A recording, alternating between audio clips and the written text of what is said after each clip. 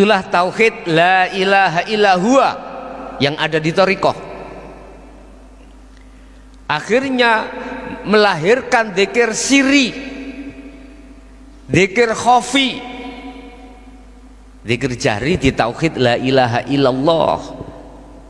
Dzikir siri kita dilahirkan di tauhid la ilaha illa huwa.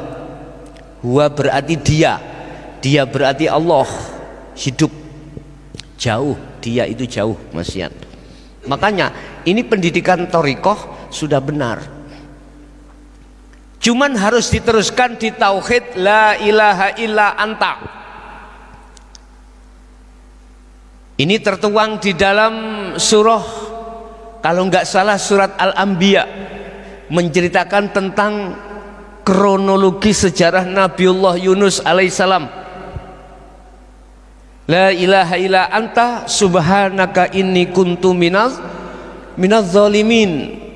Beliau ketika saat meninggalkan kaumnya, gara-gara kaum itu menolak ajaran beliau,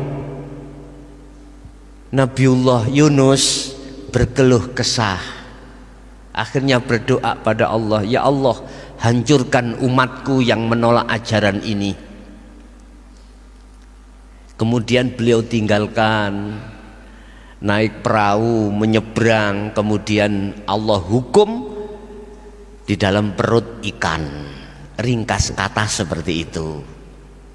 Sebetulnya nggak boleh, harus tetap sabar, tekun, walaupun umatnya itu menolak, seperti beliau baginda Rasulullah Shallallahu Alaihi Wasallam. Makanya salah satu Rasul dan Nabi yang bisa mensyafaati umatnya hanyalah baginda Nabi Muhammad Sallallahu Alaihi Wasallam, karena beliau tidak berkeluh kesah ketika saat kaum Taif membangkang dan tidak mau menerima ajaran Rasulullah.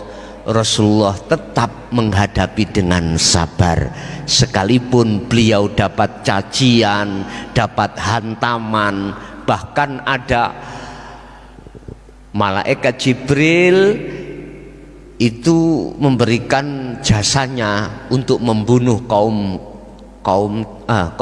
Taif. Nggih leres nggih leres nggih, kaum Taif. Tapi beliau mengatakan apa?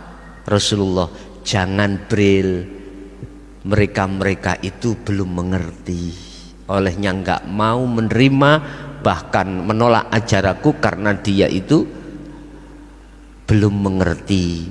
Barangkali sesuk anak turune jadi pengikutku, begitu beliau.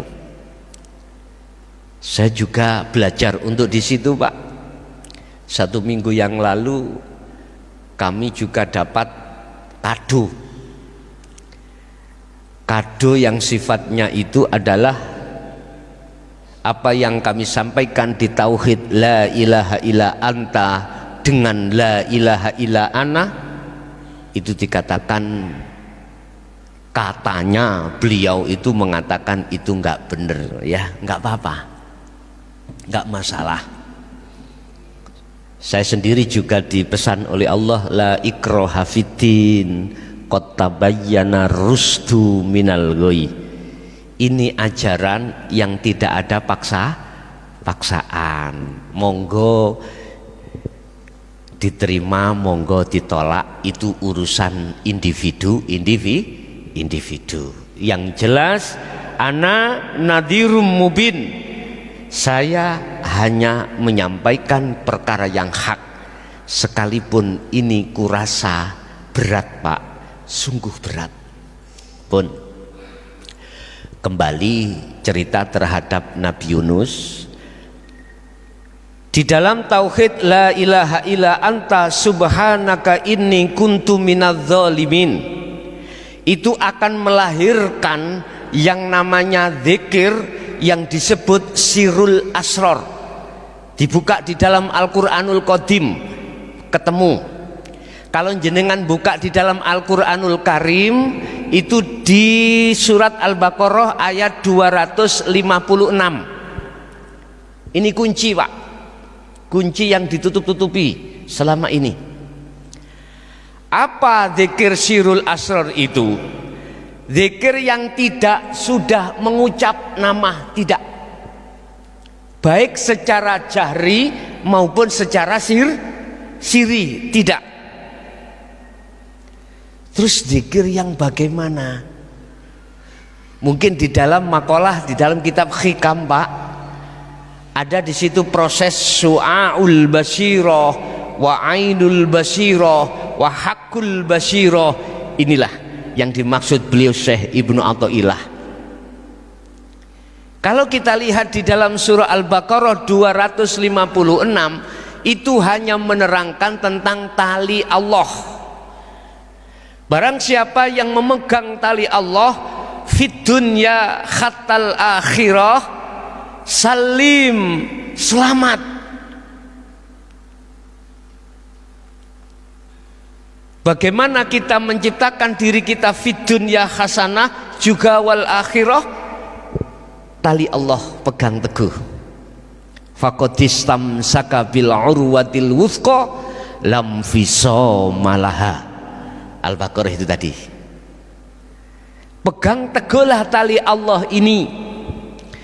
Barang siapa yang memegang teguh tali Allah ini, baik di dunia bahkan di akhirat, dia akan selamat dari pengridunya hawa nafsu. Di situ Bapak, fungsi kunci yang dikatakan dalam surah Al-Baqarah itu fungsinya kunci atau fungsinya tali Allah apa? Wa may yakfur bittaghut wa yu'min billah, itu fungsinya. Apa itu? Barang siapa yang ruhnya meninggalkan selain Allah, berarti konsepnya kan mulai di thariqah, Pak ya, di thariqah sampai hakikat tumuju ma'rifat Allah. Barang siapa yang ruhnya meninggalkan selain Allah, di situ kalimatnya adalah at-tauhid, maknanya adalah berhala, beberapa berhala. Berarti hakikatnya hatiku kemasukan selain Allah, hubbus syahwah, hakikatnya saya ini roh menyembah berhala. Itu sudut hakikat loh, bukan syariat. Ini dikongkon membersihkan.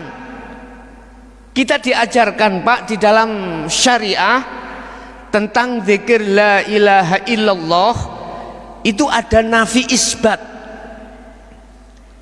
Di dalam la ilaha kita diaturi untuk diperintahkan untuk menafikan, illallah untuk mengisbatkan. Apa menafikan itu? Membersihkan.